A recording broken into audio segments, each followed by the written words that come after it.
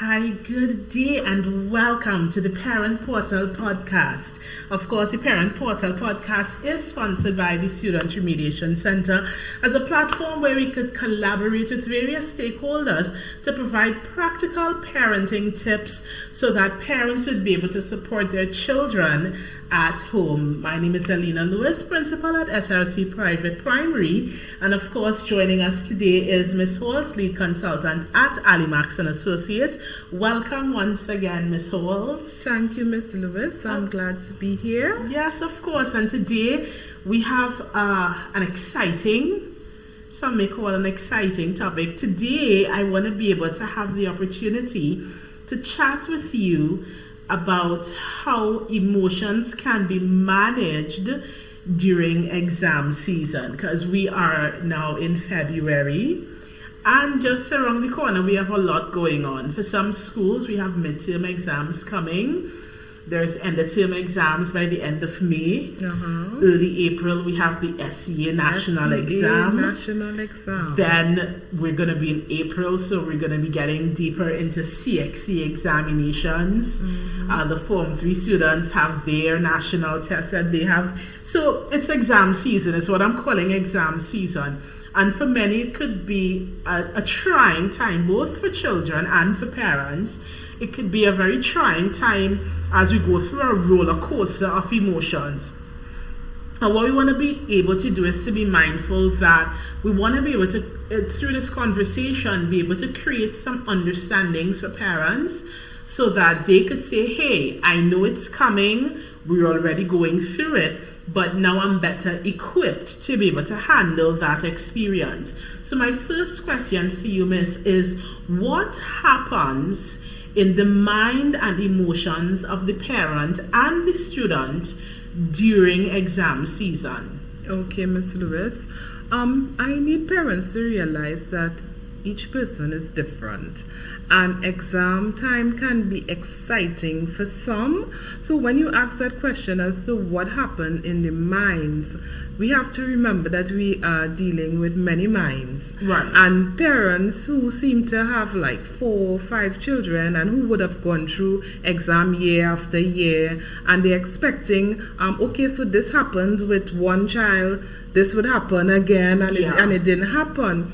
We need to be conscious of we all are individuals and we deal with situations differently. Right. And parents need to realize that what is happening in the mind of Jane may not or will not happen with Johnny. Right. Right? They need to realize that some children are excited about exam and they take their time to prepare and their emotions is all psych up and they're happy and they're exchanging notes with friends. Yeah. And emotionally they are at the place where they are looking forward to this. Right. So they see this as some big challenge that they can conquer this and move past this. And then you have the child that is probably stressed out. Yeah. And probably feeling that, oh my God, the time is getting closer and what am I going to do? Have I studied enough? And sometimes they know that they studied, sometimes they didn't study and they start to panic. Right. And then we have the more severe cases where persons they just cannot mentally come to terms with the fact that I have to sit in a room and I have to do this and I have to remember this, and they go through some severe, serious thoughts. So you're looking at borderline suicidal thoughts. Right. Among our primary kids as well. Among primary kids, secondary kids, A-level students, O-level students.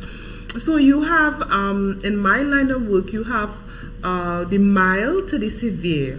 You have moving from that sad state of what do I do? I don't like this, to that whole clinical state of depression. Right. You have those moving from that mild fear of thinking, oh my God, the time is coming closer, to those going into that whole clinical anxiety or panic attack. So I have a question for you. Now, for the most part, most if not all parents expect that there might be a certain level of fear or anxiety and so on. But my question to you is what are the red flags that parents should look for to know, okay, what's happening with my child is more than just a bit of fear? I as a parent need to be concerned? Are there like red flags to look for in terms of behaviors or so on? There are definitely red flags, and I would like to speak generally first, and then I would narrow it down to you, the parent, taking that individual introspection. Right. To yourself and to your child. Mm-hmm. Right? So generally you have children becoming withdrawn. Right. You have children overeating or not eating at all. Yeah. You have children who would prefer to not study. Yeah. And you as the parent thinking, but what's going on here? Exam is like 6 weeks away, right. And they're not picking up a book, or exam is 3 weeks away and they're not picking up a book. So you have children who would become very angry and lash out at you, mm-hmm. and say things that they normally would not say. Right. You have children who would become extremely aggressive. Okay. In terms of they are not just lashing out at you, they are getting into fights. Right. They are disrespecting their teacher. And so we have some general things that we look forward to. Yeah. And then we have, and I like to tell parents, if you know your child, or even if you know yourself, and you know how you handle exam or how you handled stress in the past, you would know some things that you specifically have to look out to. Right. So you have people being all emotional inside, and you may have physical signs, like some people might break out in a rash, mm-hmm. or some people might have they might have some sort of medical symptoms like constant headaches. Right. And because of the headaches now, they don't want to study, mm-hmm. because that's a deterrent. Mm-hmm. So as a parent, you need to be mindful of the general signs, and you also need to be mindful of, hey, this is something that I used to go through as a parent. Right. And here it is, my little one is experiencing that just because exam is coming closer. I understand.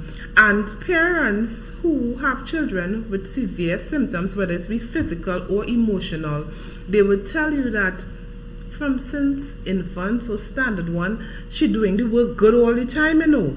But miss, you see, anytime it coming to a test, I don't know what does happen. Right. And anytime you have to say that, and you have to trace sometimes history as to when that has been happening, you realize that this child may have developed a negative emotion towards exam. Right. So hence the reason now as a parent you need to do things.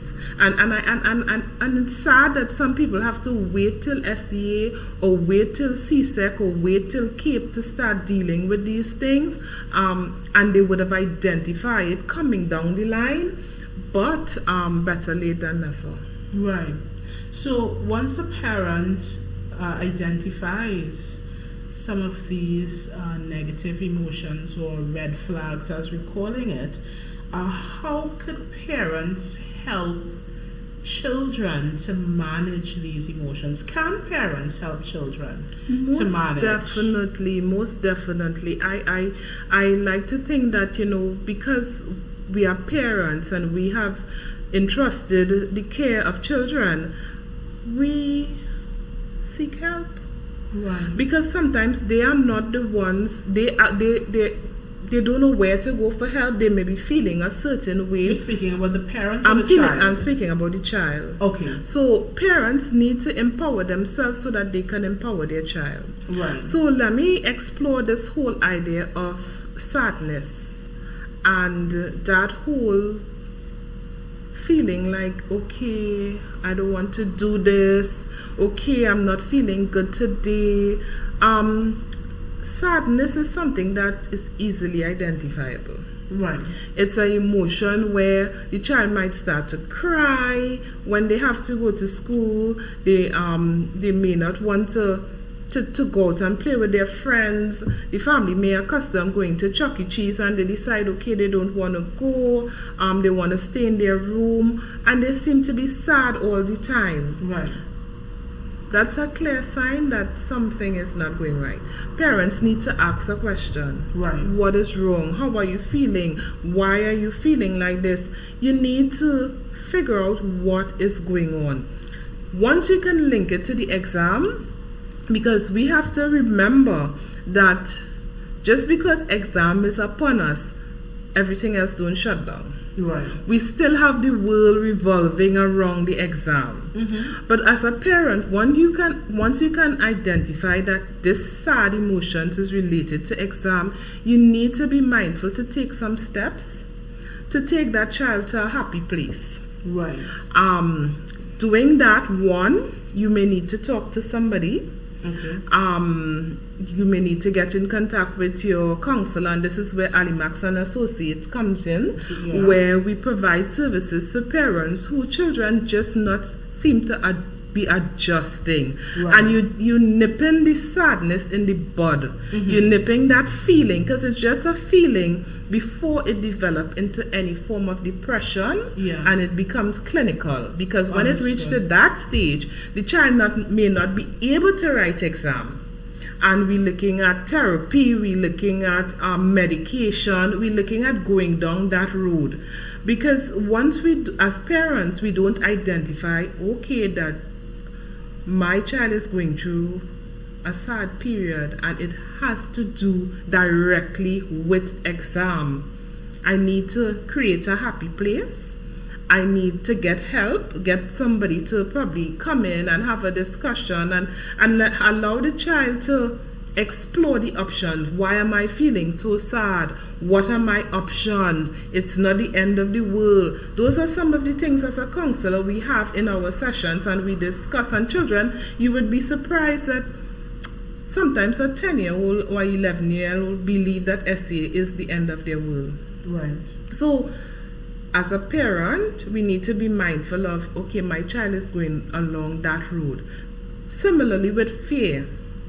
When we see, oh my God, the child is afraid to go to school, the child no longer, you see the child cold sweating or coming up with a multitude of excuses as to why they don't need to be in school that day. They're getting all the belly pain and all the headaches. And when you see them, when you talk about, okay, school and you talk about study, you see them going in a corner and lashing off like if somebody is attacking them. Once you, as a parent, you can relate that to exam, you need, as with sadness, you need to nip it in the bud. Right. Because fear, escalated and untreated, can lead to anxiety, can also lead to panic attack.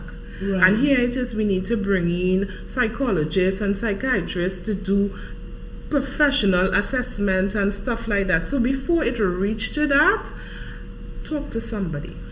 A couple things stand out, Miss. One, you talk about the happy place.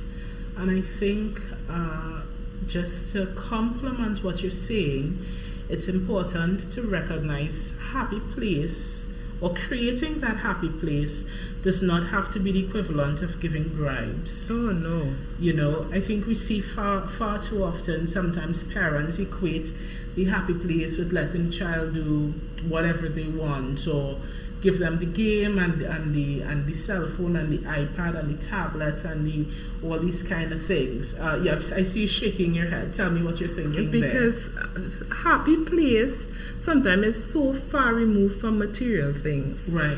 I remember having a discussion with some students and they telling me their happy place is dancing. One told me her happy place is music. Right. Another one said their happy place was drawing. Right. Some of them, yes, it involves being on the phone or whatever, but happy place is introducing that balance. Right. Because remember, you have to view exam the way that your child is viewing exam. It's stressful, it's hard, I am sad, I am afraid, and all these negative emotions flooding in at one time. as a parent, identifying your child's happy place or the happy place of the family, you are able now to create that balance and help take that child there. And in terms of taking that child there, you are able to be conscious of the fact that, here what? Okay, so I know that probably this is her favorite meal. Right. And anytime she eats that, she's like happy and, you can make a big thing over creating that meal. Understood. Right? And having that child, because we have to remember that whatever emotions we are experiencing, chemicals are released in our system. Yes. And we have to be mindful that we don't want an influx of negative emotions. I understand. So once we create that balance of that, okay, I'm dealing with linking exam to negative emotions, as a parent now, I am creating that happy place to ensure that we get some positive emotions in there. I understand. A second thing I wanted to just go back to has to do, you took a lot of time, and of course I respect the work of organizations such as yours, ALEMACSS and Associates, in terms of the work that you're able to do both with students and parents to really help them to understand what they're going through and find that balance. But I really wanted to take a moment as well to emphasize with parents the importance of empowering through academic support, because many times the reason why there is great sadness and great fear is because of inadequate preparation. And while I know being in exam season in this time leading up, everybody's rushing to compound all of the extra help, I'm hoping that parents of first-year children, parents of standard 1 children, parents of the standard 3s, that they are listening in, Miss, and are being mindful to recognize, hey, I should not wait until standard 5 to pour on all of the routines and all of the support that is needed. But from the time a parent recognizes, hey, there is a challenge, that is your moment to decide, let me create opportunities for help, however it's done. Whether you go to an institution like Victoria Literacy Center, or whether mommy and daddy are able to facilitate it at home, we need to start getting those structures in so that if we empower our children through proper academic support, there would not be such a need or such an experience rather of sadness and fear, because you're not afraid. Exam time represents an exciting opportunity to show off all that you learn. Exactly. But only if you have been learning will that be your experience. So I just really wanted to really tuck that in there, the importance of empowering children through academic support. And the third thing, Miss, the last thing I wanted to tuck in before you continued, has to do with that professional help. Because I listened to you talking about the importance of seeking help, guidance, connect with a counselor. And I'm imagining many parents, even listening to this podcast, probably thinking, what you talking about? Because in our local culture, and this is, I guess, an indirect question, to what extent do parents believe that they need to connect or see it as something important to make happen, connecting with a counselor? Because I don't want us to just really talk about it and parents hear it, but it sort of goes through one ear and comes out the other. Can you take some time to share on that? Because I'm not in your field, I'm directly in education, so maybe you could share, what do parents need to understand about this connecting with a counselor thing? Because I don't want it just to be glossed over, Okay, so before I go there to my area, I want to touch on your area. Sure. Because you talked in that whole point of academic support. And I want to encourage parents, and I like to use this term, I'm going to copyright this term, to have that conscious approach to parenting. Right. And once you are a conscious parent, you are aware as to what is going on with your child. Miss Lewis spoke about seeking academic support as early as possible, because identifying the challenge, the academic challenge, and one of the things that I am, because I'm in the system, one of the things that I want to use the word aggravate. Yeah, that is the word I want to use. Parents are so dependent on the education system to identify challenges. Yeah. And parents, let me enlighten you to this. Some of the challenges and some of the academic challenges that your child may face may be in the education system. Because if it is, we have a teacher that is constantly absent, and you have a situation in the classroom where may hinder your child's ability to perform academically, and as a parent you allow your child to go through all the standards and all the levels without saying, hey, there's I have chosen this school, however there's a challenge here, or there's a challenge in second year, or there's a challenge in standard 1. It may be something to do with the child, it may be something to do with the school.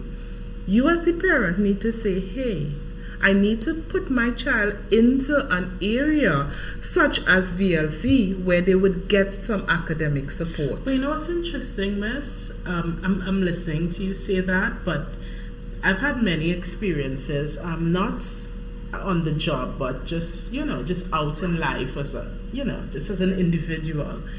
And I've had so many instances where I overhear conversations, whether you're at the salon or wherever. And I've heard conversations where parents say, I know my child is struggling, but it's too early. I'll wait until... No, I'm telling you, I'm being so honest with you right now. I have sat and I grind through to stay neutral, because it's not my conversation. But I've heard this so many times in so many places where parents, they're able to acknowledge that the child has a challenge, is experiencing a challenge, but they believe it's too early to get help. Is there such a thing as too early to get help, Miss? Miss Lewis, I believe if you understand the help that is needed at that age, then you would understand that no time is too early. Actually, if you catch the problem early, you may be able to solve years of heartache. And I say that because, okay, if you tell me that you have a first-year child and you're going to cram him with 3 hours of lessons of maths, writing, all, I would say, you're kind of out of, it's a bit much. But if you have a second year or a standard 1 who has a challenge, whatever that challenge is, identify it and get help. Get the why is it too early to a child who has a reading challenge per se? Yeah, which happens a lot. And you realize it's either he don't like reading or he having problems with reading. But Miss, even for children who are infants who quote unquote don't like reading, it's not that they just don't like reading. The reason why they avoid it is because there is a challenge. Exactly. There is something in the attributes that constitute reading that makes them feel overwhelmed, but because you're infants, you're not able to articulate it and say, Mommy, this is why I don't like reading. Exactly. But even when you have children, more often than not, and they don't like reading, they don't like writing, it's not just I think a lot of times, Miss, parents treat it like a personality thing. Oh, he just don't like it. No. It's more than that. It's more so than much that. More. And if you don't catch these challenges, and I like your word, challenges early, what you would find, you would have a child approaching standard 3, 4, or 5. That's correct. And they are feeling like a failure. Because here it is, my parents was not conscious enough of my inability to construct a sentence, and my teacher didn't pick it up, or the school didn't send me for an assessment. And now I am approaching standard 3 or standard 4 and standard 5, and I'm expected to do ELA, creative writing, and maths, and I cannot even read the problem that's coming up. Yeah.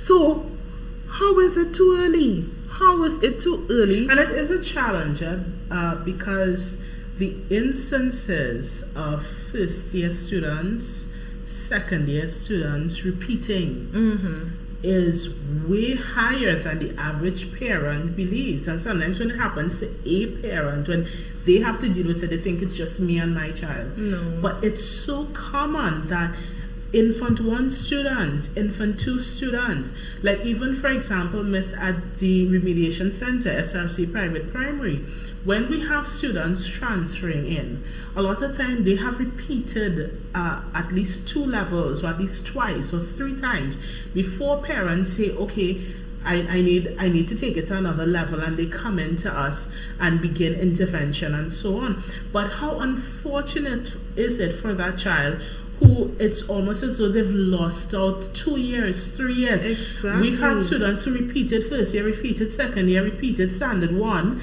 and by the time the school tells them, you may need to repeat again, that's when the parents say, oh no, something is wrong. Yeah.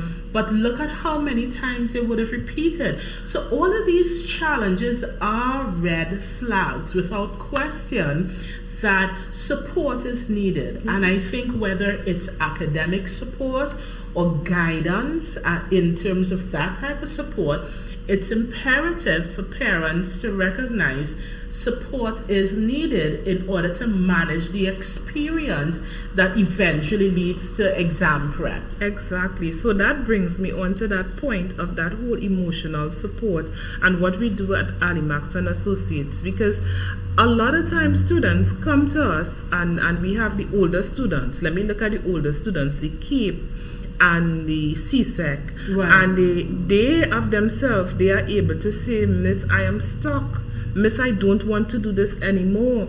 And you ask yourself, what went wrong? And you find the parents getting all frustrated, and they're saying, and even we have some university students who are ready to drop out because of the fact that they reached a point of saying, I've had enough. Yeah. And because of the fact society, and I'm talking about our culture, Trinidad society, we tend to view any form of emotion and mental vulnerability as weakness.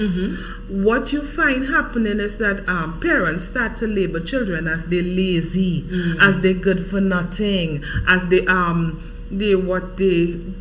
not appreciative of what the effort that we have been doing. You're studying your friends and whatnot, not realizing the possibility of some mental cry for help. Right. As humans, we do get tired. Yeah. And the brain is such a way that constant beating and constant imbalance will show up. Right. So providing assistance in terms of counseling and clarification, because mainly what counseling does is sit you down and allow you to look at, where am I? Yeah. Why am I here? My opportunities, the avenues that I can find myself in. And it's amazing that talking to someone and getting that guidance and getting that counsel can free that space. Right. I like to bring in the whole word of healing, because sometimes I have seen in myself clients who have felt that they're tired, they can't go no more, they literally feel sick mentally. Right. When they have that session, they have that aha moment, and they say when they come up with a solution, they often say, I didn't look at things that way. Yeah. Really? I never explored that option. So at ALEMACSS and Associates, a lot of time we empower persons to free their own mind. Yeah. And get their and push themselves past the limitation as exam comes closer. Yeah. And we encourage parents. Sometimes parents are at the point where they don't know how to help their children. They don't know how to move their children from that whole sadness or that fear, and they see their children degenerating. Yeah. And they need the help.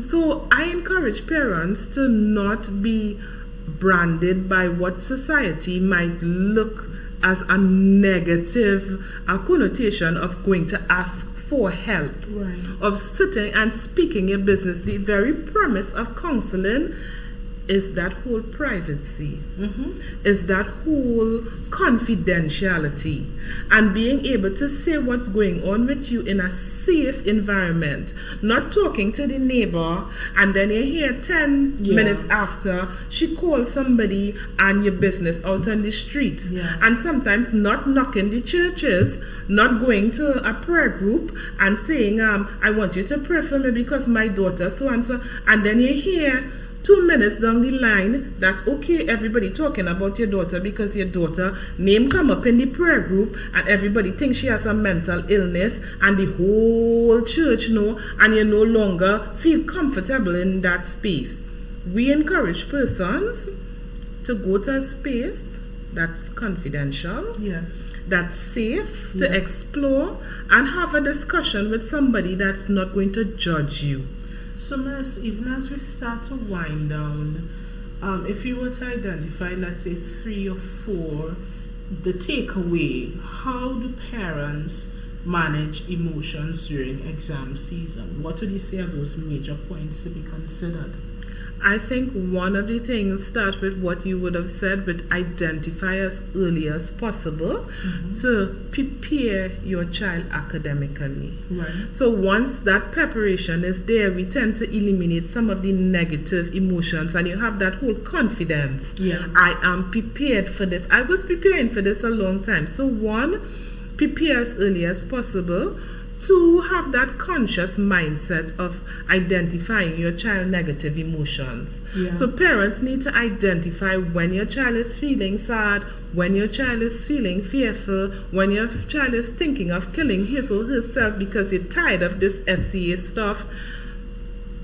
That is crucial. Parents need to be able to identify. And 3rd, last but not least, get help. Right.